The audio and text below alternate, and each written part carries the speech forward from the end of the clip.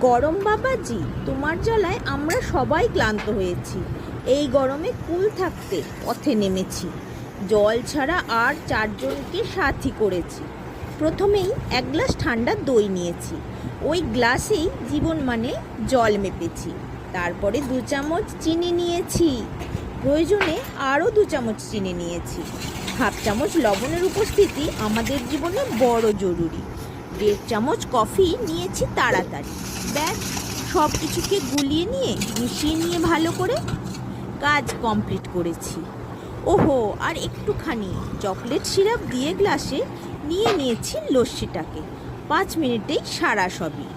কয়েক টুকরো বরফ কুচি আর চকলেট সিরাপ দিয়ে তা সিপ সিপ করেছি। যেই না ছেলে বলে, ফাটাফাটি বিট দ্য হিট হয়েছে মা তোমার কফি লস্যি, আমার মন প্রাণও কুল কুল হয়ে গেল।